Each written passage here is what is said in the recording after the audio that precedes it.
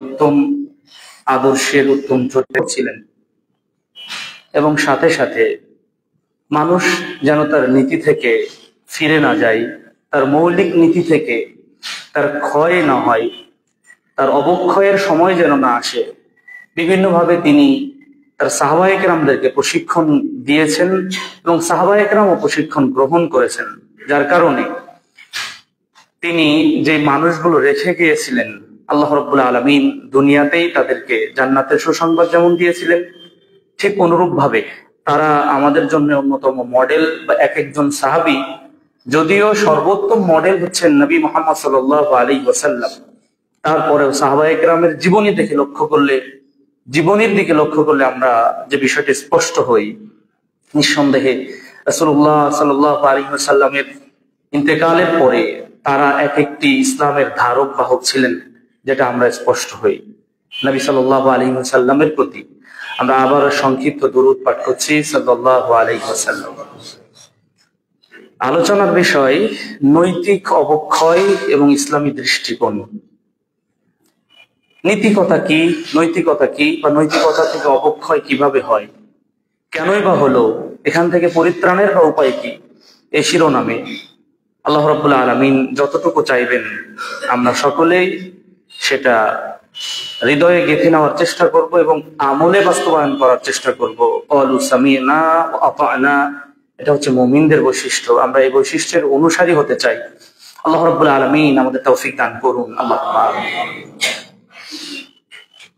নৈতিক অবক্ষয়, অবক্ষয় শব্দের অর্থ আমরা যারা বাংলা ভাষায় পারদর্শী বা বাংলা ভাষা সম্পর্কে অবগত, ক্ষয় হওয়া মানে দিন দিন তার থেকে চ্যুত হওয়া, অর্থাৎ যেই বৈশিষ্ট্য ধারণ করা দরকার ছিল, যেই সিফাত বা গুণ আমার আপনার মধ্যে থাকার কথা ছিল, সেগুলো কমতে কমতে সেটার একেবারে জিরোতে নেমে আসা, এটাই মূলত অবক্ষয় শব্দ দ্বারা বোঝানো হয়।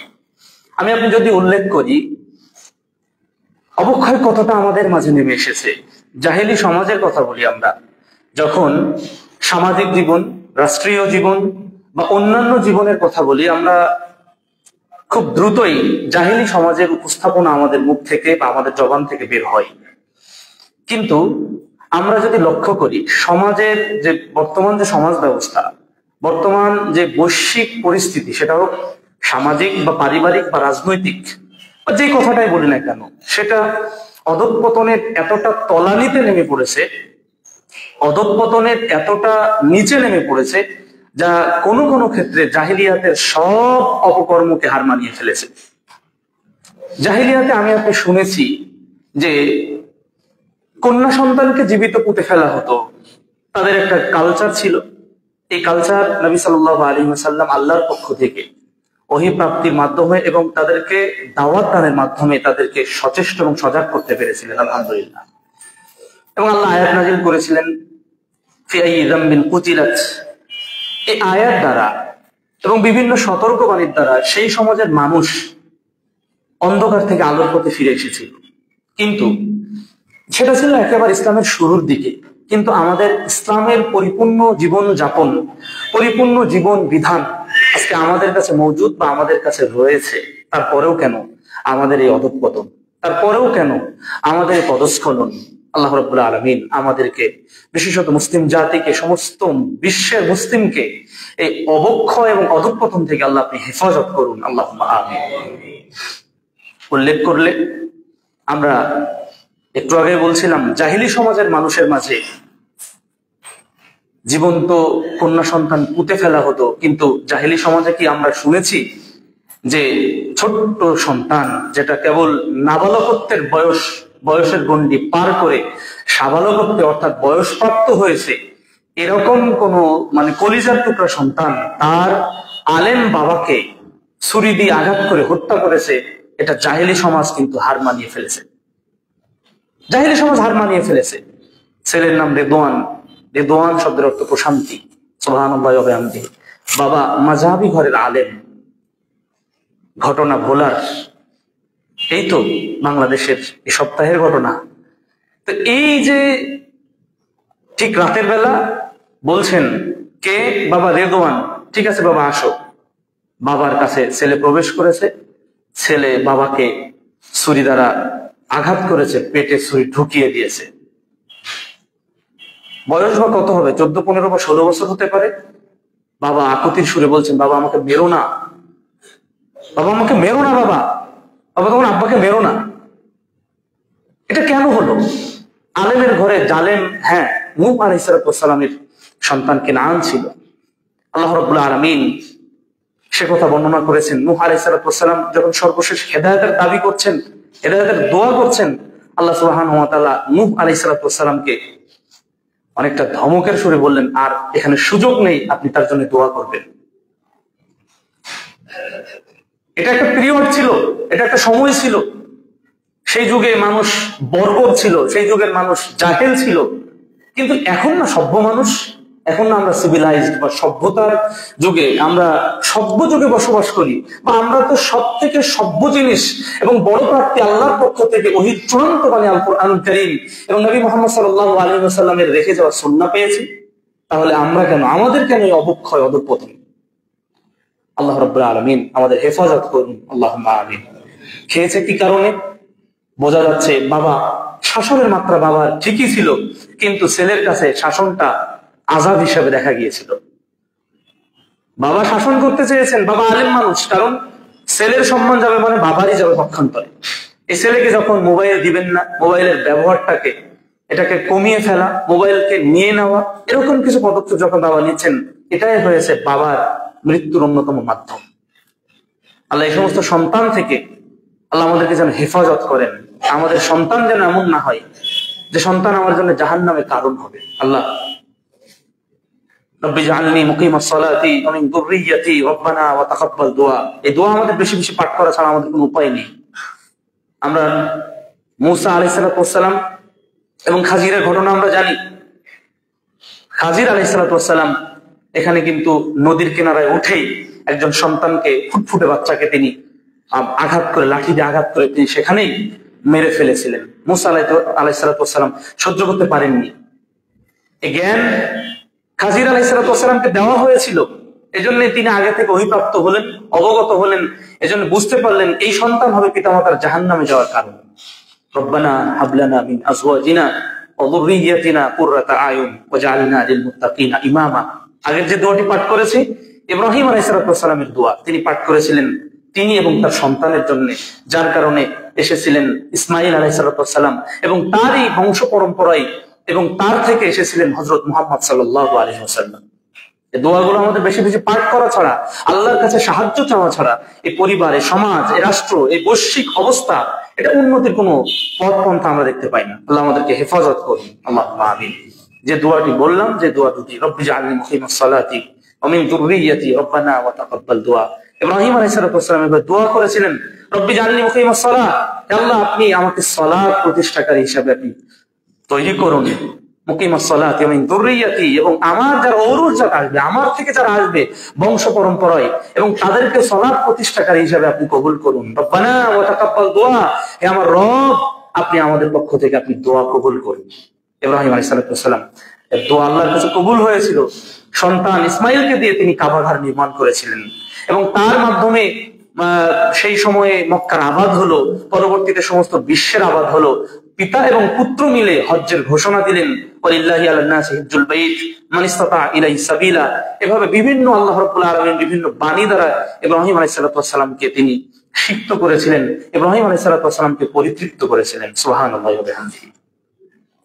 সম্মানিত উপস্থিতি, নৈতিক অবক্ষয়, এই অবক্ষয় থেকে বাঁচার জন্য অবশ্য ইসলামের বাস্তব রূপরেখা দিয়েছে। ইসলামের মধ্যে কেন আমার মধ্যে নীতি বলতে কি বোঝায়? নীতি বলছে একজন আমি মুসলিম, সুতরাং আমাকে দেখলেই যেন মনে হয় আমি মুসলিম। আমি একজন মুসলিম যেন আমার দেখেই মনে হয় আমি মুসলিম। আমি মুসলিম, আমার আচার আচরণে যেন মনে হয় যে আমি একজন মুসলিম। আমি মুসলিম, আমার লেনদেনে যেন মনে হয় আমি মুসলিম। আমি মুসলিম, আমার পরিবার, সন্তান আমার সাধ্য মতো। আমার পরিবারের অবস্থা মেনটেন করতে পারি না, সুতরাং আমার সারা দেশের খবর নেওয়ার দরকার নেই। আমাকে আল্লাহ রাব্বুল আলামিন যে বর্ণনা দিলেন, ইয়া আইয়ুহাল্লাযীনা আমানু কু আনফুসাকুম ওয়া আহলিকুম নারা। এই আয়াত দ্বারা স্পষ্ট হয় অবশ্যই আগে জাহান্নামের আগুন থেকে নিজেকে, নিজের পরিবারকে, পরিজনকে সাধ্যমতো, আল্লাহ রাব্বুল আলামিন বলছেন ফাত্তাকুল্লাহা মাসতাতাতুম, সাধ্যমতো আল্লাহ সুবহানাহু ওয়া তাআলাকে ভয় করা। অবশ্য সাধ্য বলতে এই নয় যে আমি দাঁড়িয়ে সালাত আদায় করতে পারি, চেয়ার পেয়েছি বসে গেলাম, এর নাম সাধ্য না। আমার যতটুকু সামর্থ্য রয়েছে, আমি যেমন অন্যান্য কাজে ব্যয় করি সময়, হয়তোবা আমার চাকরির ক্ষেত্রে, আমার ব্যবসা বাণিজ্যের ক্ষেত্রে, আল্লাহর ইবাদতের ক্ষেত্রে এসে যদি সব অলসতা একসাথে এসে বসে যায়, আল্লাহর ইবাদত করার ক্ষেত্রে যদি অলসতা আমাকে পেয়ে বসে, তাহলে আসলে প্রকৃত মুসলিম এখনো হতে পারেনি। আল্লাহ আমাদেরকে হেফাজত করুন, আল্লাহ আমিন। অবক্ষয় বলতে মুসলিমের যে সমস্ত সিফাত, যে সমস্ত গুণ বা বৈশিষ্ট্য থাকা দরকার, সেই জায়গা থেকে চ্যুত হওয়া, সেই জায়গা ক্ষয় হওয়ার মানে হচ্ছে অবক্ষয়। অবক্ষয়ের কারণ যত্রতত্র আমরা দেখতেই পাচ্ছি, খুন, হত্যা, বিভিন্ন ধরনের অপরাধ। এমন কোন অপরাধ নেই যেই অপরাধগুলো সমাজের মানুষ করছে না। আমরা যদি বাংলাদেশ প্রেক্ষাপট ধরি, তাহলে আমরা দাবি করছি 90% মানুষ এদেশে মুসলিম। তাহলে অপরাধের 90% কারা করছে? নিঃসন্দেহে মুসলিমরাই করছে। আর যারা, তাদের কি অবস্থা? যারা মাইনরিটি বা আরো যারা সংখ্যালঘু, তারা তো আসলে আমাদের ভয়ে থাকে। বিপরীত হয়তোবা আমরা অনেক ক্ষেত্রে বলে থাকি যে বিধর্মীদের আচার আচরণ আমাদের থেকে অনেক সুন্দর। এই কথাটা একদিকে অনেক কষ্টে বের হয়। কথাটা যদিও বাস্তবতার নিরিখে অনেকটা মিলে যায়, কিন্তু এই সমস্ত কথা আমাদের বলা চলবে না। যেমন কিছু কিছু কথা বলে থাকেন, সমাজে প্রচলিত রয়েছে, মোল্লার দৌড় মসজিদ পর্যন্ত। এটা কিন্তু ঠিক নয়। আরে মসজিদ তো আল্লাহর সাজদার জায়গা। আল্লাহ রাব্বুল আলামিন বলছেন পৃথিবীর মাঝে সর্বোত্তম জায়গা হচ্ছে মসজিদ, আর পৃথিবীর মাঝে সর্বনিকৃষ্ট জায়গা হচ্ছে বাজার। তো মোল্লা যদি মসজিদে এসে আল্লাহর কাছে জিকির করে, তো সেটাই তো সর্বোত্তম। এ কথা বলা চলবে না। বিসমিল্লাহ গলদ, বিসমিল্লাহ কিসের গলদ হবে? বিসমিল্লাহ তো ঠিকই আছে, আল্লাহর বরকত নিয়ে কাজ শুরু করা, বিসমিল্লাহ কেন গলদ হতে যাবে? এগুলো আমাদের বিধর্মীদের কৃষ্টি কালচার থেকে এই প্রবাদ প্রবচন বা খনর বচন গুলো আমাদের মধ্যে ঢুকে পড়েছে। স্বেচ্ছায় সজ্ঞানে এগুলো আমাদের বলা উচিত না, এগুলো ত্যাগ করা উচিত। আল্লাহ আমাদেরকে তৌফিক দান করুন, আল্লাহ আমিন। তো এই জন্য বলছিলাম, কারণ বাংলাদেশ প্রেক্ষাপট আপনি দেখুন এবং পার্শ্ববর্তী ইন্ডিয়া রাষ্ট্রকে আপনি দেখুন, লক্ষ্য করবেন এদেশের হিন্দু ভাইরা বা আরো যারা মাইনরিটি মানে যে এগুলো আছে, সেখানে আমরা যদি লক্ষ্য করি, তারা দেখতে পাই স্বাভাবিকভাবে তারা কিন্তু একটা ভয়ের মধ্যে থাকে। ধরুন তারা কিন্তু কখনো মুসলিমের গায়ে আঘাত করতে চায় না, সহজে করতে চায় না। কারণ তারা ভাবে যে না, আমি যদি আঘাত করি তাহলে আমার গোষ্ঠীতে কয়জন, 20 জন, আর তার গোষ্ঠীতে হয়তো 120 জন থাকবে, আমার উপর আঘাত করলে আমরা ছিন্ন ভিন্ন হয়ে যাবো। এটা একটা প্রেক্ষাপট। দ্বিতীয় প্রেক্ষাপট, ঠিক পার্শ্ববর্তী আমাদের প্রতিবেশী দেশ ভারতের দিকে লক্ষ্য করুন। মুসলিমদের উপরে নির্যাতন কাকে বলে, মাঝে মধ্যে আমরা দেখতে পাই। কারণ কি? যদিও তারা মুসলিমরা ভয় পায় না। করোনার সময় পিটিয়ে মসজিদ থেকে বের করে দিচ্ছে, যদিও সেটা সিস্টেম রয়েছে। আমাদের সরকার আমাদেরকে যখন বলেছে, আমরা আমাদের আসা যাওয়াকে সীমিত করেছিলাম, আমরা আমাদের বিষয়গুলোকে মানে সীমাবদ্ধতার মধ্যে এনেছিলাম। তাদেরকে বোঝানো যেতে পারতো, কিন্তু তাদের উপর লাঠিচার্জ করা বা আরো অন্যান্য পাশবিক নির্যাতন, আরো কত নির্যাতন আমরা দেখতে পাই। এগুলো কি কারণে? কারণ তাদের সংখ্যাগরিষ্ঠতা কিন্তু হিন্দু। তো এটা হচ্ছে তাদের কারণে। তো সে দেশের মুসলমানদের কিন্তু নীতি নৈতিকতা আমাদের চাইতে অবশ্যই তুলনামূলকভাবে ভালো। কারণ একটা জিনিস লক্ষ্য করি আমরা, নবী সাল্লাল্লাহু আলাইহি ওয়াসাল্লাম কেন বললেন কুন ফিদ দুনিয়া কান্নাকা গরীব আও আবিস সাবিল? কেন বললেন মুসাফিরের হালতে জীবনযাপন করা? কারণ একজন মুসাফিরের কি হয়, তার সাধ্যমতো খাবার থাকে না। আবার মুসাফিরের যে বাড়িতে বাসস্থান ছিল, তিনি যেখানে থাকবেন সেটাতে কিন্তু থাকতে পারেন না। স্বাভাবিক কথা। যদিও আপনি ট্রেনে যাচ্ছেন, হয়তোবা আমি কেবিন নিয়েছি, সেখানে ঠ্যাং মেলে পা মেলে ঘুমিয়ে যাওয়ার সুযোগ রয়েছে, কিন্তু সেটা তো আর বাড়ির যে খাট বা চৌকির যে ব্যবস্থা, সেটা কিন্তু নয়। সেখানে আমি ইচ্ছা মতো খেতেও পারি না, খাবারও পাওয়া যায় না। টাকা থাকলেও কিন্তু কখনো কখনো খাবার পাওয়া যায় না। ঠিক অনুরূপ ভাবে এটা হচ্ছে মুসলিমের হালত, এটা অবস্থা। এই অবস্থার কথা কেন বললেন নবী সাল্লাল্লাহু আলাইহি ওয়াসাল্লাম? কারণ এই অবস্থাতে মানুষ স্বাভাবিক জীবনযাপন করতে পারে না। এই জন্য ঠিক অনুরূপ ভাবে এইভাবে যদি থাকে একজন মানুষ, আল্লাহকে ভয় করবে, সে তার স্বাভাবিকতার মধ্যে থাকবে, বেশি অপচয় করবে না, বেশি অপচয় করার মন মানুষ তৈরি হবে।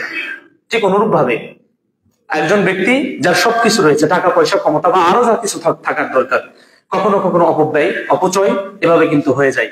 তো এই জন্য সীমাবদ্ধতার মধ্যে থাকা একটা গণ্ডির মধ্যে থাকে, এটা ইসলাম কিন্তু আমাদের জন্য অন্যতম নসিহত পেশ করেছেন। নবী সাল্লাল্লাহু আলাইহি ওয়াসাল্লাম এভাবেই বললেন যে সাহাবায়ে কেরাম বলছেন যে আল্লাহ নবী সাল্লাল্লাহু আলাইহি ওয়াসাল্লাম আমাকে ঘাড়ে এভাবে ধরে বললেন যে তুমি এইভাবে জীবনযাপন করো। তার মানে এটা খুব একান্তের কাছের হলে কিন্তু ছেলে বাপ ছেলেকে ঘাড়ে হাত দিয়ে কথা বলে, মুরব্বী তার স্নেহভাজনকে সমীহ করে কথা বলে, শিক্ষক তার ছাত্রের ঘাড়ে হাত দিয়ে কথা বলে। এই বিষয়গুলো কিন্তু হাদিসের ভাষা, এগুলো বোঝা দরকার। এবং কেন, কোন উদ্দেশ্যে, কোন মর্মমানি হৃদয়ের মানে ভিতরে নবী সাল্লাল্লাহু আলাইহি ওয়াসাল্লাম ঢোকাতে চাইলেন। নৈতিক অবক্ষয় থেকে বাঁচার জন্য ইসলাম, বিশেষ করে আমাদের জন্য এখনো সমাজ ব্যবস্থা নষ্ট হয়নি, তবে নষ্ট অনেকটা হয়ে গেছে অনেকের। এক্ষেত্রে আমরা যদি বলি উত্তরণের উপায়ের ক্ষেত্রে আমরা কয়েকটা স্টেপ আমরা নিতে পারি, সেগুলো অলরেডি অনেকের শাসন অনুশাসন রয়েছে, তারপরে কিছু সমস্যা কিন্তু হতেই পারে। আমরা যদি বলি তাহলে আমাদের পরিবার রয়েছে, পিতামাতা এবং পরিবারের শাসন, এটা আপনার আমার নিশ্চিত কিনা, আমার পরিবার, আমার স্ত্রী আমার কন্ট্রোলের মধ্যে আছে কিনা, আমার সন্তান আমার কন্ট্রোলের মধ্যে আছে কিনা। যদি না থাকে তাহলে কিন্তু সন্তান বিপদগামী হবে, স্ত্রীর দ্বারা কোনো বিপদের মধ্যে বা বিপর্যয়ের মধ্যে কিন্তু আমি আপনি করতে পারি। এজন্য পরিবার এবং পারিবারিক অনুশাসন যদি পরিবার ব্যবস্থায় না থাকে তাহলে পরিবার থেকে, কারণ প্রত্যেকটা মানুষ, দেশের প্রেসিডেন্ট হোক আর আমেরিকান প্রেসিডেন্ট হোক, সবাই কিন্তু পরিবার থেকে উঠে এসেছে। এই পরিবারে যদি নীতি নৈতিকতা, এজন্য আমরা কথায় কথা একটা কথা বলে থাকি, ব্যবহারে বংশের পরিচয়। কেন বলি? কারণ তার গোষ্ঠী, তার পিতামাতা, তার আত্মীয় স্বজন, বিশেষ করে পিতামাতার আচার আচরণ স্বভাবটা সন্তানের উপরে অনেকটাই পড়ে। ছোট্টবেলা থেকে ওই ছোট্ট সন্তানটা তার বাবার বা মায়ের আচার আচরণ, রাগ, ক্রোধ, পিতামাতাকে সম্মান করা, স্বামী স্ত্রী স্বামীকে কতটা সম্মান করে, কতটা শ্রদ্ধা করে, কতটা শ্রদ্ধাবোধের চোখে দেখে বা স্নেহের চোখে দেখে, এগুলো কিন্তু ছোট্ট সন্তান, 3-4 বছরের সন্তান, সে কিন্তু অবলোকন করতে থাকে। এগুলো যদি আমরা ভুল করে বসি তাহলে ছোট্টবেলা থেকে কিন্তু এই পারিবারিক শৃঙ্খলা কিন্তু ভাঙতে শুরু করবে। পারিবারিক শৃঙ্খলার ক্ষেত্রে আমাকে আপনাকে, বিশেষ করে স্বামী এবং স্ত্রীকে, ওই পরিবারের কর্তা এবং মহিলা কর্তা যিনি, কর্ত্রী যিনি, তাকে অবশ্যই সজাগ এবং সচেষ্ট থাকতে হবে। আল্লাহ আমাদেরকে তৌফিক দান করুন, আল্লাহুম্মা আমিন। দ্বিতীয় বিষয় যেটা, সেটা হচ্ছে গুরুজন বা শিক্ষা গুরু। এটা আমরা যদি এখান থেকে 20 বছর আগে দেখি যে অবস্থা ছিল, সেটা একেবারে মানে তলিয়ে গেছে। কি কারণে? আমরা বাদশাহ আলমগীরের কথা অনেক শুনেছি, তার ছেলেদের প্রতি সন্তুষ্ট হতে পারেননি এবং তার শিক্ষকের প্রতি অসন্তুষ্ট হয়েছিলেন। পিতা এবং পুত্রের যে বিষয় এবং শিক্ষকের মাঝে, শিক্ষক তো ভেবেই নিয়েছিলেন যে আজকে আমার নিস্তার নেই, এটা আমরা পড়েছি। কিন্তু এখন মনে হয় সম্ভবত শিক্ষাগুরুর মর্যাদা আমরা পড়েছিলাম, আপনারা অনেকে পড়ে থাকবেন, এর আগে আরো কিছু থাকতে পারতো, এখন মনে হয় সম্ভবত সেটা আছে কি জানি না। তো এই যে কবিতা থেকে মর্মবাণী যেটা, এগুলো মুসলিমদের, কিন্তু এগুলো মুসলিমদের রচনা। শিক্ষককে কিভাবে সম্মান করতে হয়, একটা শিক্ষক পিতামাতার কথা। ধরুন আমরা আলহামদুলিল্লাহ শিক্ষক হওয়ার কারণে ছাত্র একটা ভুল পড়ছে, আমার ছেলে ভুল পড়ছে, ক্লাস 3-তে পড়ে, তো ভুল পড়ছে, সেই ভুল উচ্চারণটা কোনো কারণে হয়তো বা শিক্ষক বেখেয়ালে এই উচ্চারণটা করেছেন, জবরের জায়গায় জের দিয়ে পড়েছেন বা জেরের জায়গায় জবর দিয়ে পড়েছেন। আমি যখন দূর থেকে বলছি, বাবা এটা কিন্তু ভুল করছো, এটা এই হবে না, না আব্বু ওই উস্তাদ যে এই কথা বলে দিয়েছেন। বাবা শিক্ষক, আমরা একটু আরবি জানি, তো এই কথা বলছি, বাবা সন্তান মেনে নিচ্ছে না। কি কারণ? বাবার চেয়ে তার শিক্ষককে সে সম্মান করে বেশি, বাবাকে সে সম্মান করে, শ্রদ্ধা করে, কিন্তু শিক্ষক কিন্তু অন্য নজরে দেখে, অন্য নজরে দেখে। এখন আপনার আমার সন্তান রয়েছে, এই সন্তান হয়তোবা শিক্ষক বলে হোক বা এমনি ইচ্ছা করে হোক একদিন পিটানি দিয়েছে। এখন আপনি যদি দল বেঁধে গোষ্ঠী সব নিয়ে স্কুলের বারান্দায় হাজির হন এবং আপনার সন্তানের সামনে শিক্ষককে শায়েস্তা করেন এবং বকাবকি করেন, তাহলে ওই দিন থেকে আপনার সন্তান ধ্বংসের অতল তলে তলিয়ে গেল। হ্যাঁ, আপনি বসতে পারেন বা আমি বসতে পারি যে ভাই সন্তানকে আড়াল করে আপনি যে কাজটা করেছেন, আমার সন্তানকে হয়তো বা মেরেছেন, কিন্তু মারার সময় যদি একটু দেখে মারতেন তাহলে খুশি হতাম, আপনি শাসন করবেন। এই শাসনের মাত্রা উঠে গেছে। আমাদের দেশে সরকার 27 প্রকার না 17 প্রকার শাসন, বিভিন্ন ধরনের শাসন তুলে দিয়েছে। আমরা আরজ করব এবং করেছিও বিভিন্ন লেখনের মাধ্যমে। মুহতারাম আমিরে জামাত প্রফেসর ডক্টর আসাদুল্লাহ গালিব সহ আরো অনেক আলেম ওলামা আমাদের, তারা সবাই আরজ করেছেন না, শাসন রাখা দরকার। আমাদের ব্যক্তিগত প্রতিষ্ঠানেও শাসন করা যায় না, তারপরও শাসনের মাত্রা যখন কমিয়ে দেওয়া হয়, এই সন্তানগুলো, এই আপনার আমার কলিজার টুকরাগুলো আদবের খেলাফ হতে হতে বেয়াদবের চরম শিখরে চলে যায়। এই বিষয়গুলো আমরা কোরআন হাদিস অনেক শুনি, প্রিয় ভাইরা, সম্মানিত ভাইরা, কিন্তু এই জায়গাগুলো যদি আমরা লক্ষ্য না করি তাহলে কিন্তু অবক্ষয় যা কিছু হওয়ার দরকার এখনো শুরু হয়নি, আরো সামনে হবে। আল্লাহ আমাদেরকে হেফাজত করুন, আল্লাহ। তৃতীয় প্রকার ধর্মীয় অনুশাসন। ধর্মীয় অনুশাসন আমার আপনার জীবনে আল্লাহ এবং আখিরাতের যে অনুসরণ, সেটা আমার আপনার জীবনে যদি হয়, অনুশোচনা, এগুলো যদি আমার আপনার জীবনে হয়, তাহলে অবক্ষয় আমি তো সালাত আদায় করতাম, কেন আমি করি না? আমি কি অবস্থায় জান্নাত পাবো? আমি কি অবস্থায় পরকালে মুক্তি পাবো? আমার কি সম্ভব এই অবস্থায় কবরে যে 3 প্রশ্নের উত্তর দেওয়া বা 4টি প্রশ্নের উত্তর দেওয়া, 3টার পরে আরেকটা? এই যদি অনুশোচনা আমাদের মধ্যে জাগে, আমি কত পাপ করছি, এই পাপের অনুশোচনা যদি আমার মধ্যে থাকে, প্রায়শ্চিত্ত করার যদি কোনো অনুভূতি থাকে, যে আল্লাহ রাব্বুল আলামিন যেমন বললেন ইন্নাল হাসানাত ইউযহিবনা সাইয়্যাত, একটা চোখের জেনা করে ফেলেছি হয়তো বা মনে একটা জেনা করে ফেলেছি, একটা পাপ করে ফেলেছি, যে আল্লাহ সংশ্লিষ্ট, মানুষ সংশ্লিষ্ট নয়, এটা হাক্কুল ইবাদ। তাহলে মানে হাক্কুল্লাহ যদি হয়, আল্লাহ সংশ্লিষ্ট হক হয়, তাহলে আমি কোরআন তেলাওয়াত করতে পারি, আমি তাসবিহ পাঠ করতে পারি, আমি কোন জিকির পাঠ করতে পারি, সূরা ফাতিহা পারি, সূরা ফাতিহা পাঠ করতে পারি, আলহামদুলিল্লাহ পারি, আলহামদুলিল্লাহ বলতে পারি। আমি একজন গৃহিণী রান্না করছি, বা যে অবস্থা থেকে আল্লাহর প্রশংসা করলে ওই পাপটা মুছে যাবে কিসের মাধ্যমে? এবং আল্লাহ বলছেন ফাউলাইকা ইউবাদদিলুহুমুল্লাহু সাইয়্যাতিহিম হাসানাত, এবং তারা যদি তওবা করার মতো তওবা করে, আল্লাহ রাব্বুল আলামিন তাদের পূর্বের পাপরাশি সব নেকিতে পরিবর্তন করে দিবেন। এ পথ তো খোলাই রয়েছে, এ পথ তো উন্মুক্ত। আল্লাহ রাব্বুল আলামিন কিয়ামত পূর্ব পর্যন্ত তিনি তওবাকারীর তওবা কবুল করবেন। তিনি কি হাত বাড়িয়ে তিনি বলেন এবং তিনি প্রসারিত করে বলেন যে কে আসো, মানে কোন মুজলিম আছে, কোন পাপী আছে, আমার কাছে সে ক্ষমা চাইবে, আমি তাকে ক্ষমা করবো। কে আছে রাতে চাও মাইয়াস্তাগফিরুনি ফাআস্তাগফির লাহু, কে আসো আমার কাছে ক্ষমা চাও, আমি তাকে ক্ষমা করব। এটা বুঝেছিলেন সাহাবায়ে কেরাম, বুঝেছিলেন সেই সোনার মানুষগুলো। যখন পাপ হয়েছে, এই পাপটা ঢেকে রাখতে পারতেন। পাপ হয়েছে, পাপটা লোকচক্ষুর অন্তরালে সংগঠিত হয়েছে, সুতরাং আমরা চাপা রাখতে পারতেন। তা না করে সাহাবায়ে কেরাম নবী সাল্লাল্লাহু আলাইহি ওয়াসাল্লামের সামনে পাপের উপস্থাপনা করেছেন, পাপ বলেছেন আমি এই পাপ করেছি। আমরা যদি দেখতে চাই, সহিহ মুসলিমের মধ্যে, সহিহ বুখারীর মধ্যে এসেছে মাইস বিন মালিক রাদিয়াল্লাহু তাআলা আনহু কথা। সাহাবী আল্লাহ নবী সাল্লাল্লাহু আলাইহি ওয়াসাল্লামের কাছে আসলেন, চতুর্থবারে তিনি স্বীকৃতি নবী সাল্লাল্লাহু আলাইহি ওয়াসাল্লাম থেকে পেলেন, হে আল্লাহর নবী সাল্লাল্লাহু আলাইহি ওয়াসাল্লাম, ইন্নী ক্বাদ যানাইতু, আমি অবশ্যই জিনা করেছি। নবী সাল্লাল্লাহু আলাইহি ওয়াসাল্লাম মুখ ফিরিয়ে নিলেন, মাইস বিন মালিক কিছু দূর চলে গেলেন, তিনি বললেন যাও ফাস্তাগফিরিল্লাহ ওয়া তুব ইলাইহি, আরে আল্লাহর কাছে ইস্তেগফার কামনা করো, ক্ষমা প্রার্থনা করো না, তার কাছে তওবা করো, যাও। নবী সাল্লাল্লাহু আলাইহি ওয়াসাল্লাম তাকে যেতে বললেন।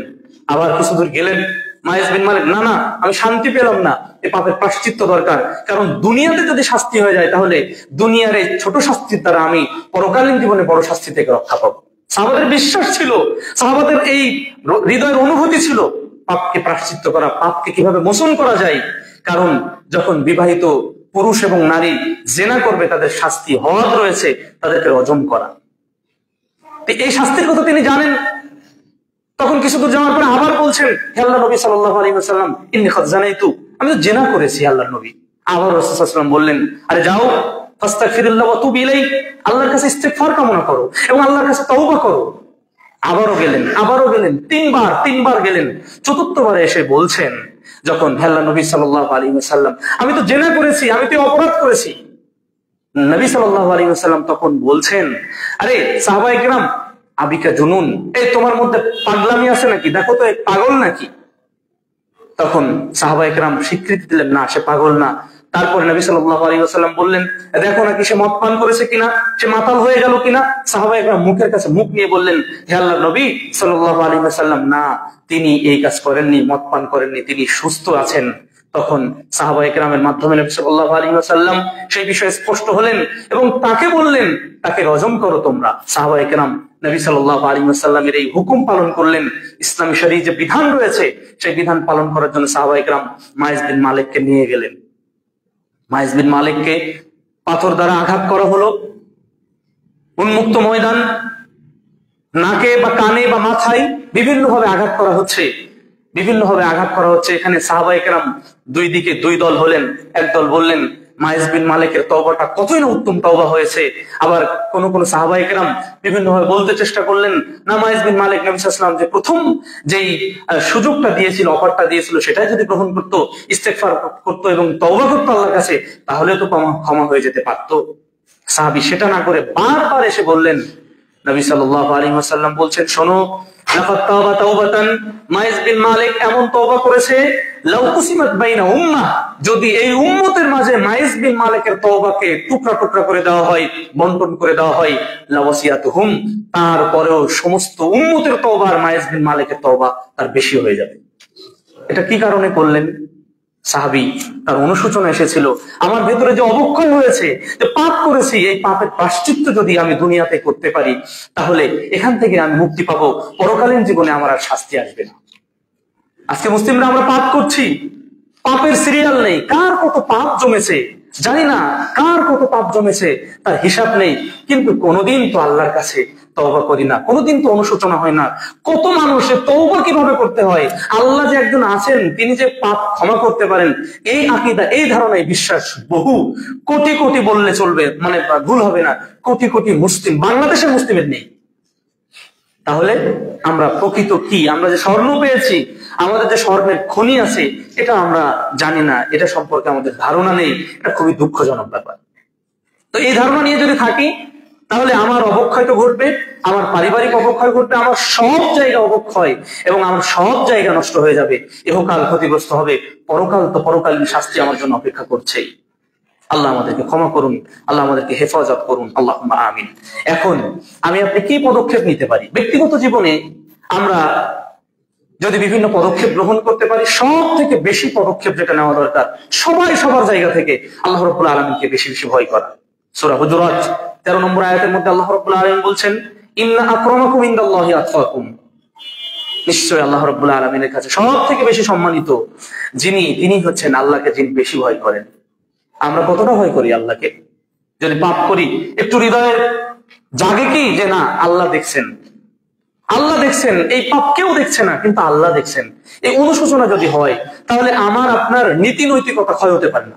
মানে যেই ব্যক্তি আল্লাহকে ভয় করেন, তার যে কোনো কাজ করতে যে, যে কোনো স্টেপ নিতে যে, যে কোনো পদক্ষেপ নিতে যে, তিনি অবশ্যই ভাববেন যে না, আমাকে হয়তো দুনিয়ার মানুষ দেখছে না, আমি যে ঘুষ লেনদেন করছি, আমি যে কালোবাজারি করছি, আমি যে পণ্যে ভেজাল দিচ্ছি, আমার যে নৈতিকতা নষ্ট হচ্ছে, আমি যে অন্যের সাথে জেনা করছি, আমি যে ফোনের মিস ইউজ করছি, আমি যে ফোনে ঘন্টার পর ঘন্টা কাটিয়ে দিচ্ছি, আমি যে সালাত আদায় করি না, আমি যে যুবক মানুষ, আমার যে একটা হিসাব আল্লাহ রাব্বুল আলামিন নিবেন, এই হিসাব যে আমাকে দিতে হবে, এরকম অনুশোচনা, এরকম চিন্তা হৃদয়ে যদি আমার না জাগে, তাহলে আসলে প্রকৃত মুসলিম না, এখনো আমি মানবিকতায় পূর্ণ একজন মুসলিম হতে পারিনি। আল্লাহ মুসলিম জাতিকে আমাদেরকে হেদায়েত এবং হেফাজত করুন, আল্লাহুম্মা আমিন। কারণ আমার আপনার ব্যক্তিগত জীবনে যদি চরিত্র ভালো হয়, স্বাভাবিকভাবে মানুষকে সম্মান করে। এখন টাকা পয়সা কিন্তু সবার রয়েছে, এখন টাকা পয়সা কম বেশি সবার রয়েছে, কিন্তু যারা চরিত্রবান, যারা নীতিবান, নীতি নৈতিকতার মধ্যে থাকেন, সমাজের মানুষ তাদেরকে কিন্তু অন্যভাবে দেখে, তাদেরকে বিশ্বাস করে। আল্লাহ রাব্বুল আলামিন সেই কথা বলেছেন সূরা হুজুরাতের মধ্যে। নবী সাল্লাল্লাহু আলাইহি ওয়াসাল্লামকে প্রশ্ন করা হলো, যে হাদিসটি আমরা শুরুতেই বলেছিলাম, হাদিসটি আমরা অনেকে অবগত, কিন্তু এই বিষয়গুলো আমাদের সামনে রাখা দরকার। আবু হুরায়রা রাদিয়াল্লাহু তাআলা আনহু থেকে বর্ণিত হাদিস, নবী সাল্লাল্লাহু আলাইহি ওয়াসাল্লাম বলছেন, তাকে জিজ্ঞাসা করা হয়েছে, আল আকসারি মা ইউদখিলুন নাস আল জান্নাহ, হে আল্লাহর নবী সাল্লাল্লাহু আলাইহি ওয়াসাল্লাম, অধিকাংশ মানুষ কি কারণে জান্নাতে যাবে? মানুষ তো জান্নাতে যাবে, কিন্তু অধিকাংশ মানুষ কি কারণে জান্নাতে যাবে? মানুষ স্বাভাবিকভাবে জান্নাতে যাবে বিভিন্ন আমলের কারণে, কেউ তার পিতামাতার সদ্ব্যবহার করার কারণে, কেউ গোপনে আমল করার কারণে, কেউ হয়তো বা দান সাদাকা তার আল্লাহ রাব্বুল আলামিনের কাছে এমন ভাবে কবুল হয়েছে, আল্লাহ সন্তুষ্ট হয়েছেন, বিভিন্ন ভাবে আল্লাহ রাব্বুল আলামিনের সন্তুষ্টির মাধ্যমে মানুষ জান্নাতে যাবে। তো নবী সাল্লাল্লাহু আলাইহি ওয়াসাল্লামকে প্রশ্ন করা হলো, হে আল্লাহর নবী, অধিকাংশ মানুষ কি কারণে জান্নাতে যাবে? অধিকাংশ মানুষ কি কারণে জান্নাতে যাবে? তখন তিনি বললেন, তাকওয়াল্লাহি ওয়া হুসনুল খুলুক, এটা হচ্ছে আল্লাহকে বেশি ভয় করা এবং চরিত্রবান হওয়া। দেখেন না, যদি চরিত্রবান হই তাহলে তো আমার নৈতিক অবক্ষয়ের প্রশ্ন আসে না। আর যদি তাকওয়াবান হই, আমি যদি তাকওয়াশীল হই, আল্লাহকে ভয়, তাকওয়া, এটা তো শুধুমাত্র আল্লাহর ভয়ে কাঁপতেছি, কম্বল গায়ে দিচ্ছি, লেপ কাঁথা গায়ে দিচ্ছি, সেটা এমন নয়। আল্লাহকে গোপনেও ভয় করা, প্রকাশ্যে ভয় করা, আল্লাহ এবং তার নবী মুহাম্মদ সাল্লাল্লাহু আলাইহি ওয়াসাল্লাম যে বিধান দিয়েছেন সেই বিধানটা বাস্তবায়ন করা, যেটা নিষেধ করেছেন সেটা থেকে বিরত থাকা, সাধ্যমতো চেষ্টা করা, এবং যেটা করতে বলেছেন সেটা সাধ্যমতো করার চেষ্টা করা, এর নাম হচ্ছে তাকওয়া। এর নামই তাকওয়া। তাকওয়া মানে শুধু আল্লাহকে ভয় করলাম, এই বিষয়টা এমন নয়। যেটা আল্লাহ নিষেধ করেছেন সেটাকে বর্জন করা, যেটা করতে বলেছেন সাধ্যমতো সেটা করা, এর নাম তো তাকওয়া। তো তিনি বললেন, তাকওয়াল্লাহি ওয়া হুসনুল খুলুক, এই দুটি কারণে কারণ চরিত্র মানুষের নেই, অধিকাংশ মানুষের চরিত্র নষ্ট হয়ে গেছে, অধিকাংশ মানুষের চরিত্র নেই তাকওয়া না থাকার কারণে। যার আল্লাহ ভীতি নেই তার শয়তান ভীতি তো তার ভেতর, শয়তান তো তার ভর করবেই। যার হৃদয়ে, আমরা বলে থাকি প্রকৃতি কখনো শূন্য থাকে না, এই হৃদয়টা আল্লাহ থেকে আপনি গাফেল করেছেন বা আমি গাফেল করেছি। যখন গাফেল করেছি শয়তান আমার ওই জায়গা দখল করে নিয়েছে। শয়তান যখন আমার এই হৃদয়কে দখল করতে পেরেছে, শয়তান যখন আমার উপরে প্রভাব খাটাতে পেরেছে, শয়তান তার যে কাজ সে একের পর এক স্টেপ বাই স্টেপ আমাকে যেখানে নিয়ে গেলে হয়, কারণ সে তো আল্লাহর কাছে চ্যালেঞ্জ ছুড়েছে, লাউগবিয়ান্নাহুম আজমাইন, আল্লাহ আমি চ্যালেঞ্জ শুরু করছি, অবশ্যই আমি এই উম্মতের সকলকে তাদেরকে আমি পথভ্রষ্ট করবো। আল্লাহ তো বলছেন, একটু আগে যে আয়াতটা বললাম, তারা পাপ করেছে, করুক না, করবে, কিন্তু পাপ করার পরে যদি তারা আমার কাছে ফিরে আসে তাহলে তার পূর্বেরটা আমি তো মাফ করব, আবার নেকিতে পরিবর্তন করে দেব। শয়তান চ্যালেঞ্জ করেছে আল্লাহর কাছে এবং আল্লাহ ক্ষমার ডালি নিয়ে আমাদের সামনে হাজির হয়েছে। সুবহানাল্লাহি ওয়া বিহামদিহি। এই যে আল্লাহ রাব্বুল আলামিনের যে প্রাপ্তি, আল্লাহ সুবহানাহু ওয়া তাআলা বান্দাকে কতটা ভালোবাসেন, কতটা মহব্বত করেন। একটু মহব্বত তো ওই মুরগির বাচ্চার দিকে লক্ষ্য করি, একটু মহব্বত তো আমার আপনার সন্তানের দিকে লক্ষ্য করি, আর একটু মহব্বত তো চোর চুরি করেছে আসলে সে দায়ী, কিন্তু তাকে যখন মারা হচ্ছে, না একে আর মারা যাবে না। ডাকাত ডাকাতি করেছে, তাকে যখন মারা হচ্ছে, না মানবিক দৃষ্টিকোণ চলে আসে, না তাকে আর মারা যাবে না। যদিও তার কিছু প্রাপ্য ছিল, কিন্তু আমাদের মানবিক দৃষ্টিকোণ একটু দয়ার কারণে এই মানবিক দৃষ্টিকোণ চলে আসছে। সুতরাং আমার আপনার উচিত এই হৃদয়ে তাকওয়ার জায়গা দেওয়া, এই হৃদয়কে চরিত্রবান হৃদয় করা। পক্ষান্তরে নবী সাল্লাল্লাহু আলাইহি ওয়াসাল্লাম কি কারণে অধিকাংশ মানুষ জাহান্নামে যাবে তার যে বর্ণনা এই হাদিসে সে সংশয় দিলেন, আমরা অনেকে জানি, কিন্তু এই বিষয়গুলো জানা বিষয় যখন আবার নতুন করে আমি বলি, আমার হৃদয়টা আরো স্বচ্ছ হয়। আপনি যখন শুনবেন ইনশাআল্লাহ তখন, কারণ কোরআন হাদিস সূরা ফাতিহা কখনো এমন হয় না যে সূরা ফাতিহা বারবার পাঠ করি তারপরে বিরক্তি বোধ কিন্তু আসে না। এটা আল্লাহ সুবহানাহু ওয়া তাআলার রহমত, কারণ তিনি এই মানব দেহকে সৃষ্টি করেছেন। এই মানব দেহের খোরাকটা কি, একে কোন খাবার দিলে এ তৃপ্ত হবে এবং পরিতৃপ্ত হবে, সেই খোরাক কিন্তু জিকির, সেই খোরাক কিন্তু কোরআনুল কারীম, সেই খোরাক কিন্তু সালাত আদায় করা, সেই খোরাক কিন্তু কখনো কখনো দান করা, কখনো কখনো সাদাকা করা। আল্লাহ রাব্বুল আলামিন এগুলোর সাথে সম্পৃক্ত হওয়ার তৌফিক আল্লাহ আমাদেরকে দান করুন, আল্লাহুম্মা আমিন। দ্বিতীয় অংশে নবী সাল্লাল্লাহু আলাইহি ওয়াসাল্লাম বললেন, হে আল্লাহর নবী সাল্লাল্লাহু আলাইহি ওয়াসাল্লাম, আপনি বলে দিন যে অধিকাংশ কি কারণে মানুষ জাহান্নামে যাবে। তিনি দুটি কারণ, যেমন ওইদিকে দুটি কারণ বললেন, আবার এদিকে দুটি কারণ বললেন, আল ফাম ওয়াল ফারজ। একটা হচ্ছে মানুষের মুখের কারণে মানুষ জাহান্নামী হবে বেশি, অধিকাংশ মানুষ জাহান্নামে যাবে মুখের কারণে, আর অধিকাংশ মানুষ দ্বিতীয় যেই কারণে জাহান্নামে সেটা হবে তাদের লজ্জাস্থানের কারণে। আজকে দেখেন না, আমরা যদি কখনো কখনো মোবাইল খুলি, পরকিয়া, জেনা, ব্যভিচার, এই শব্দগুলো বলতেও লজ্জাবোধ হয়। এগুলো অহরহ নিত্য নৈমিত্তিক ব্যাপার হয়ে দাঁড়িয়েছে মানুষের। কি কারণে হচ্ছে এগুলো? লাগাম টানতে হবে তো। আমি তো মুসলিম, আমার মেয়ে যদি জেনা করে তাহলে একটা অংশ তো আমার উপরে যাবে। আমার স্ত্রী যদি পর্দা না মেইনটেইন করে, বা আমি যদি ইসলামী অনুশাসন আমি সাধ্যমতো চেষ্টা না করি, তাহলে আমার উপরে কি আসছে না? এই অনুশোচনা যদি আমার হৃদয়ে না হয়, অবাধ মেলামেশার সুযোগ করে দেওয়া হয়েছে, দেবর ভাবি ভাই ভাসুর সব একসাথে, আবার ওখানে কিছু দুর্ঘটনা যখন ঘটছে তখন মানুষকে দোষ দিয়ে তো লাভ নেই, এটা আমার ব্যর্থতা। মানুষকে দোষ দিয়ে লাভ নেই, এ তো মুসলিমদের ব্যর্থতা। কারণ মুসলিমরা এই জায়গাগুলো উন্মুক্ত করে রেখেছে। এই জায়গাগুলো যেভাবে প্রোটেকশন দেওয়া দরকার ছিল, সেই ব্যারিয়ার গুলো, সেই পর্দাগুলো মানুষ তুলে দিয়েছে। আর পর্দা তুললে যা হয় তাই হওয়ারই তো হচ্ছে। আল্লাহ আমাদেরকে এই মুসলিম জাতির, বিশেষত বর্তমান সময়ে যে নারী জাতির ফিতনা, নবী সাল্লাল্লাহু আলাইহি ওয়াসাল্লাম বলছেন যে আমি যত ফিতনা রেখে যাচ্ছি তার মধ্যে আসাদ সুপারলেটিভ ডিগ্রি, সবচেয়ে পাওয়ারফুল হচ্ছে ফিতনা, হচ্ছে নারীদের ফিতনা। এখন নারীর ফিতনা যদি কেউ পড়ে যায় তাহলে তার সব শেষ। পৃথিবীর কখনো কখনো কোন রাষ্ট্র দেখবেন রাষ্ট্রনেতা পদচ্যুত হয়, কি কারণে? এই সমস্ত কারণে। বা লিডারশিপ চলে যায়, যদিও এই দুনিয়াবী লিডারশিপের আমরা কোরআন হাদিসের সমর্থন পাই না, কোরআন হাদিসে তার জায়েজি কোনো ফতোয়া নেই। তো এই মানুষ এগুলো করে, সবগুলো হারিয়ে যায় কি কারণে? এই সমস্ত কারণে। আর এই জন্য নবী সাল্লাল্লাহু আলাইহি ওয়াসাল্লাম সহিহ মুসলিমের আরেক হাদিসের মধ্যে তিনি বলছেন যে মাইয়াদমান লি মা বাইনা লাহিয়াহি ওয়া মা বাইনা রিজলাই আযমান লাহুল জান্নাহ, ও কামা ক্বালা আলাইহিস সালাতু ওয়াস সালাম।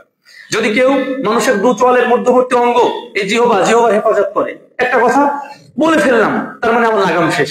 যদি ভেতরে রাখি তাহলে তার লাগাম আছে, যতক্ষণ ভেতরে রাখবো ততক্ষণ কিন্তু আমার কন্ট্রোলিং পাওয়ারের মধ্যে থাকবে। আর যখন এখান থেকে ডেলিভারি দিলাম, ওর শেষ, আর কোনো আমার কন্ট্রোলিং পাওয়ার নেই, ও ছড়াতেই থাকবে ছড়াতেই থাকবে। হয়তো বা সত্য কথা, কিন্তু যেভাবে বলা দরকার ছিল সেভাবে না বলার কারণে সমাজে বিশৃঙ্খলা হয়, সমাজে ফিতনা হয়, সমাজে বড় মারামারি কাটাকাটি হয়ে যায়। সত্য কথা কিন্তু বলে দিয়েছে এইভাবে যে তোমার ভাই এই কথা বলেছে তোমার নামে, কথাটা না বললেও হতো, ভাই ভাই মারামারি শুরু হয়ে গেল। অমুকের অমুকের স্বামী অমুকের স্ত্রী এই কথা বলেছে, লাগিয়ে দিল ফিতনা, বিরাট কিছু হয়ে গেল। এই কারণে এই যে একটা বিষয়কে কন্ট্রোল করতে পারলাম না, যার কারণে বিরাট সমস্যা হয়ে গেল। নবী সাল্লাল্লাহু আলাইহি ওয়াসাল্লাম এই জন্য বললেন যে এই দুটি এবং দুরানের মধ্যবর্তী অঙ্গ, অর্থাৎ প্রত্যেকের যদি যৌন হেফাজত করতে পারে, যৌন অঙ্গের হেফাজত করতে পারে, পুরুষের জায়গায়, নারী জায়গায়, নবী সাল্লাল্লাহু আলাইহি ওয়াসাল্লাম বলছেন আযমান লাহুল জান্নাহ, আমি তার জন্য জান্নাতের জামিনদার হব। দুনিয়ার উকিল সাহেব হয় না, দুনিয়ার উকিল সাহেব তো হয়, কখনো সত্য কখনো মিথ্যা, 99-এর মধ্যে 98টা কেস মিথ্যার জন্য জামিনদার হয়, জামিন নিয়ে মানুষ বের হয়ে আসে। আর আদালত প্রাঙ্গণ মানেই তো আমরা কখনো কখনো দেখেছি, অধিকাংশ সময় আদালত প্রাঙ্গণ মানেই হচ্ছে মিথ্যার একটা কারখানা। কিছু মানুষ অবশ্যই আছেন সেখানে যারা ওইটাকে সুন্দর করার চেষ্টা করেন, যারা বিভিন্ন ভাবে সত্যটাকে উপস্থাপন করার চেষ্টা করেন।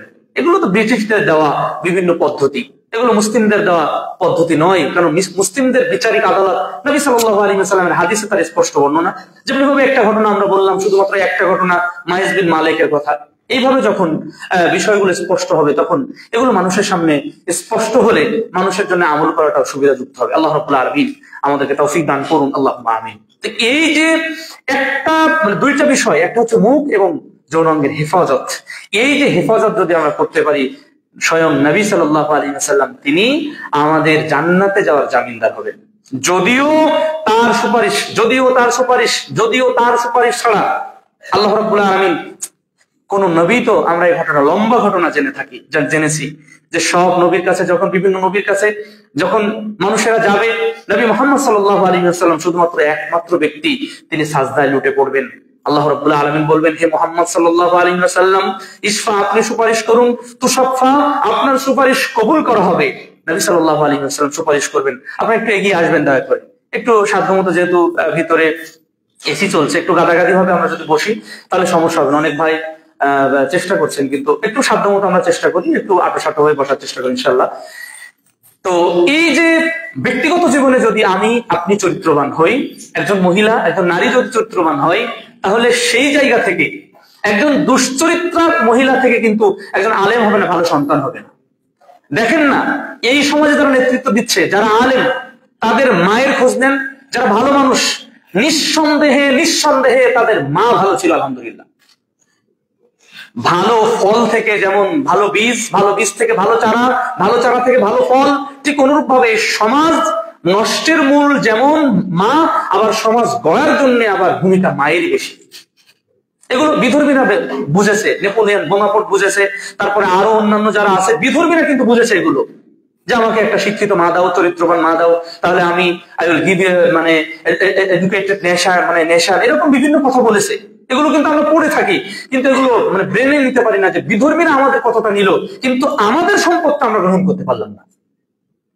মুসলিম জাতির বোধোদয় কবে হবে? মুসলিম জাতির আকল বিবেক কবে খুলবে? আল্লাহ ভালো জানেন। আল্লাহ রাব্বুল আলামিনের কাছে আমরা তৌফিক কামনা করছি। ঠিক এরপরে যে বিষয়, পারিবারিক জায়গায় আমরা যদি পরিবার বলতে কি বোঝায়? নিঃসন্দেহে স্বামী স্ত্রী দ্বারাই গঠিত, যেটা এখানে পিতামাতা থাকতে পারে, সন্তান থাকতে পারে, সেটা পরিবারের বৃহৎ পরিসর। কিন্তু স্বামী স্ত্রীর কথা আমরা পূর্বে একটু বলেছি, স্বামী স্ত্রীর সম্মান, শ্রদ্ধাবোধ বা স্নেহের জায়গা, অবশ্যই সে জায়গাগুলো, সম্মান শ্রদ্ধার বিষয়গুলো ঠিক রাখতে হবে। আল্লাহ রাব্বুল আলামিন বলছেন, হুন্না লিবাসুল লাকুম ওয়া আনতুম লিবাসুল লাহুন। পরস্পরের পোশাক মানে কি? গায়ের সাথে লেগে থাকে। পোশাক মানে কি? পোশাক যখন খুলে ফেলা হয় শরীর উদাম হয়ে যায়। পোশাক যখন খুলে ফেলা হয় তখন কি হতে পারে? খালি গায়ে কিন্তু আপনি যেতে পারেন না। মানে স্বামী স্ত্রীর বন্ধনটা কেমন, স্বামী এবং স্ত্রী কেমন বন্ধনের জায়গা, আল্লাহ রাব্বুল আলামিন পোশাকের সাথে বললেন। শরীরের সাথে পোশাক যেমন স্বামী স্ত্রীর বন্ধন, তার থেকে বেশি আল্লাহর নবী সাল্লাল্লাহু আলাইহি ওয়াসাল্লাম বিভিন্ন ভাবে স্ত্রীদেরকে মর্যাদা দিয়েছেন, বিভিন্ন ভাবে তাদের সম্মান করেছেন, বিভিন্ন ভাবে তাদেরকে তাদের জায়গায়। মা আয়েশা সিদ্দিকা রাদিয়াল্লাহু তাআলা আনহা অনেক বর্ণনা দিয়েছেন। নবী সাল্লাল্লাহু আলাইহি ওয়াসাল্লামের অনেক স্ত্রী ছিল, আমাদের একটা স্ত্রীকে আমরা সম্মান মানে শ্রদ্ধার জায়গা, বিশেষ করে শ্রদ্ধা বলতে স্নেহ এবং সমীহের জায়গা আমরা দেখতে পারি না। এই জায়গা কিন্তু আমাদের ব্যর্থতা, কারণ এই জায়গা নষ্ট হলে কিন্তু আমরা পূর্বেই বলেছি কখনো কখনো যেহেতু আমাদের প্রতিষ্ঠান বৃহৎ পরিসরের, পুরুষ এবং নারী মানে বালক এবং বালিকার শাখা আলহামদুলিল্লাহ এখন 4000-এর উপরে ছাত্রছাত্রী, তো এই অনেক ছাত্রছাত্রীর মধ্যে কিছু কিছু ছাত্র বড় ক্লাসের সানাবিয়া লেভেল বা দাওরা লেভেলের ছাত্র আমাদেরকে ক্লাস নিতে কখনো বলে, আমরা বুঝতে পারি যে উস্তাদজি কোনো সন্তান যদি তার মাকে বাবা প্রহার করছে, আঘাত করছে, গালিগালাজ করছে, এক্ষেত্রে সন্তান কি করবে? সন্তান তো থেমে থাকতে পারে না, ওই ভাই আমার কাছে ফতোয়া জিজ্ঞাসা করেছে। আমরা বুঝতে পারি ফতোয়া কেউ জিজ্ঞাসা করেনি, ওই ছেলেই ভুক্তভোগী। আমরা বুঝতে পারি ওই ছেলেই ভুক্তভোগী। তো সন্তানের সামনে মাকে মারা এটা কেমন ব্যাপার? সন্তানের সামনে মাকে গালিগালাজ করা এটা কেমন আদর্শ, কেমন চরিত্র? ওই সন্তান বিদ্রোহী হয়ে উঠেছে, বলছে উস্তাদজি আমার বিধান বলুন, এভাবে বলছে। আমি বললাম বাবা, সন্তান যদি ভুল করে বাবা সন্তানকে শাসন করতে পারে, মারপিটও দিতে পারে, কিন্তু ইসলাম তো এই বিধান রাখেনি যে সন্তান বাবাকে শাসন করবে। তুমি যেটা করো আল্লাহর কাছে বেশি বেশি দোয়া করো, আল্লাহর কাছে বেশি বেশি দোয়া করো, হয়তো তোমার দোয়ার মাধ্যমে পরিবর্তন হতে পারে। আবু হুরায়রা রাদিয়াল্লাহু তাআলা দোয়া চাননি, আবু হুরায়রা রাদিয়াল্লাহু তাআলা তার মায়ের জন্য দোয়া করেছেন, বাড়ি যাওয়ার আগে দোয়া কবুল হয়েছে। আল্লাহ রাব্বুল আলামিন আবু হুরায়রাকে সেই মানে ভালো আবহাওয়ার মধ্যে তিনি তার মাকে দিলেন এবং আবু হুরায়রা পরিতৃপ্ত হলেন। দোয়া ছাড়া উপায় নেই। এগুলো কেন?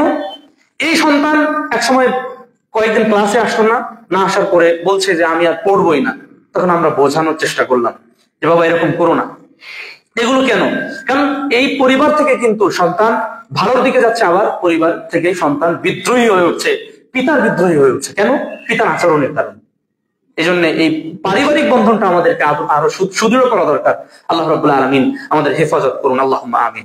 আমরা যদি বলি সামাজিক জীবনে আমরা অবক্ষয় যেগুলো হয়েছে, লেনদেনের অবক্ষয় হয়েছে, আচার আচরণের অবক্ষয় হয়েছে, ওয়াদা ঠিক রাখে না, এই অবক্ষয়গুলো কেন হলো? আমরা বুঝি না হাক্কুল্লাহ কোনটা, আল্লাহর হক কোনটা, বান্দার হক কোনটা। বান্দার সাথে আমি হক মেরেছি, যে ভেজাল দিচ্ছে সে মনে করছে আমি ভেজাল দিচ্ছি তাই কি হয়েছে, আমি তো ভালোটাই খাচ্ছি, কিন্তু তিনিও যে কালে ক্রমে ভেজালের মধ্যেই আছেন এটা কিন্তু মানুষ বোঝে না। কারণ একদিকে আমি ক্ষতি করছি, কিন্তু অন্য দিক থেকে আমি ক্ষতি করছি, ওই ভাই ওদিক থেকে ক্ষতি করছে। কেউ মেডিসিনে ভেজাল দিচ্ছে, কেউ বা তার নিত্য প্রয়োজনীয় জিনিসে ভেজাল দিচ্ছে, কেউ বা ফরমালিন ঢোকাচ্ছে, কেউ বা ফিট খাইয়ে গরু মোটা করছে, গরু মোটা তাজা করছে, আরো বহু প্রক্রিয়া। আবার কেউ বা লেনদেনে ধোকা দিচ্ছে। এই যে আচার আচরণের জায়গা, আমরা যদি একটা জিনিস মনে করি, একটা হাদিস যদি মনে করি সামাজিক অবক্ষয় মানে লেনদেনের ক্ষেত্রে, যে আমার কাছে যদি কেউ 4 আনা পয়সা থাকে, যদিও 4 আনা চলে না, 8 আনা এগুলো আনার পদ্ধতি নেই, কেউ যদি আমার কাছে অল্প পরিমাণে 1 টাকা পরিমাণে যদি কেউ পায় বা কোনো কিছু পায়, এটা যে আমাকে পায়ের টুপায় হিসাব দিতে হবে আল্লাহর দরবারে, এই নীতি এবং এই অনুভূতি যদি কারো থাকে, তাহলে কিন্তু তিনি আর মানুষের সাথে লেনদেন খারাপ করবেন না, লেনদেন খারাপ করবেন না। কেন বলা হলো? সহিহ মুসলিমের ওই হাদিসের মধ্যে অনেক নিয়ে এসেছে, বিসলাতিন ওয়া সিয়ামিন ওয়া যাকাতিন ওয়া হাজ্জিন ওয়া সিয়াম, যাকাত কত কিছু নিয়ে আসলো, নিতে নিতে এখন দিতে দিতে সব শেষ হয়ে গেল। তো এই ব্যক্তির অবস্থা কি হলো? আল্লাহ আমাদেরকে মুসলিম জাতির বোঝার তৌফিক দান করুন, আল্লাহুম্মা আমিন। আর বর্তমানে বড় সমস্যা যেটা দেখেন না, আগে যে বিষয়টা হয়েছে, কিছু কিছু গ্রামে এখন আমরা দেখতে পাই যে আপনি ঢুকবেন সাথে সাথে দেখবেন ছোটরা সালাম দিবে। এই সালামের যে একটা বারাকা, এই সালাম স্ত্রী স্বামী স্ত্রীকে দেয় না, লজ্জাবোধ করে, লজ্জা পায়, দুনিয়ার সব আকাম কুকাম করে, সব কাজ করে, কিন্তু সালাম দিতে লজ্জা করে। স্বামী স্ত্রীকে, স্ত্রী স্বামীকে, মাওলানা সাহেব বলবে, হুজুর বলবে, মৌলবী বলবে, কোন মৌলবী বাড়িটা ঢুকলো গো, এরকম মানে সংকীর্ণতা চলে আসছে। বাড়ি থেকে বিসমিল্লাহ, আসসালামু আলাইকুম ওয়া রাহমাতুল্লাহ এই বাক্য যে বলবে, এই সাহসটুকু নাই। তো বরকত আসবে কি করে? অবক্ষয় তো ঘটবে, পরিবার থেকে ধ্বংস হবে। আসসালামু আলাইকুম ওয়া রাহমাতুল্লাহি ওয়া বারাকাতুহু, আপনার উপরে আল্লাহর শান্তি, রহমত এবং আল্লাহর বরকত নাজিল হোক। এই দোয়া যদি আমার আপনার জীবনে কবুল হয়ে যায় কারো একজনের, তাহলে আর কিছু লাগে কি? আর তো কিছু লাগে না। তাহলে এই যে সালাম নবী সাল্লাল্লাহু আলাইহি ওয়াসাল্লাম দিলেন উত্তম অভিবাদন, এটা মুসলিম সমাজের মাঝে ছোটরা সব বড়দেরকে সালাম দেয় না, আর বড়রা ভাবে শুধু আমরাই সালাম দেব। হাদিস কি বলছে?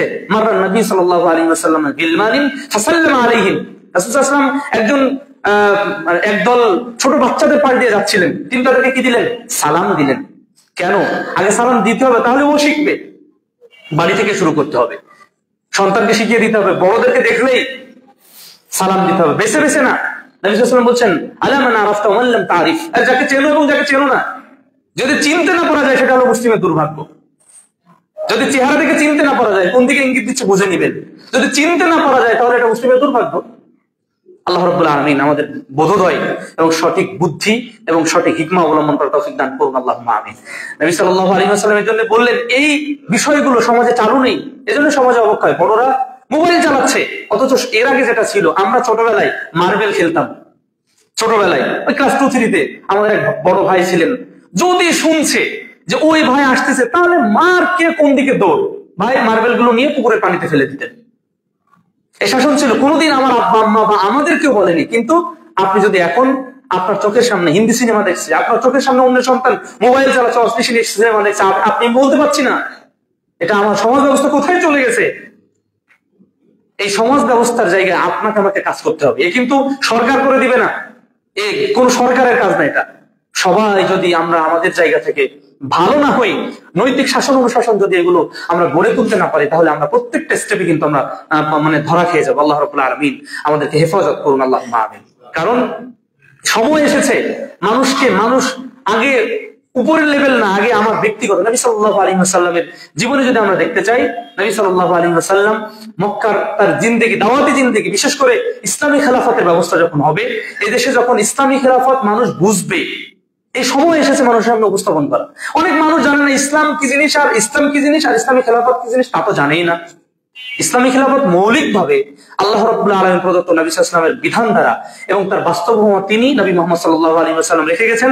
তার পরবর্তী একজন নবী আবু বকর রাদিয়াল্লাহু তাআলা আনহু, তারপরে উমর ইবনে খাত্তাব রাদিয়াল্লাহু তাআলা আনহু, তারপরে হচ্ছে উসমান ইবনে আফফান রাদিয়াল্লাহু তাআলা আনহু, তারপরে আলী ইবনে আবি তালিব রাদিয়াল্লাহু তাআলা আনহু। তার উজ্জ্বল দৃষ্টান্ত তিনি উপস্থাপন করেছেন। ইসলামী খেলাফত হবে বায়াত, ইমারতের ভিত্তিতে। এগুলো মানুষের সামনে উপস্থাপন করা। হ্যাঁ, আপনি আমি কোন পদ্ধতিতে যাব না যাব সেটা আপনার ব্যক্তিগত ব্যাপার।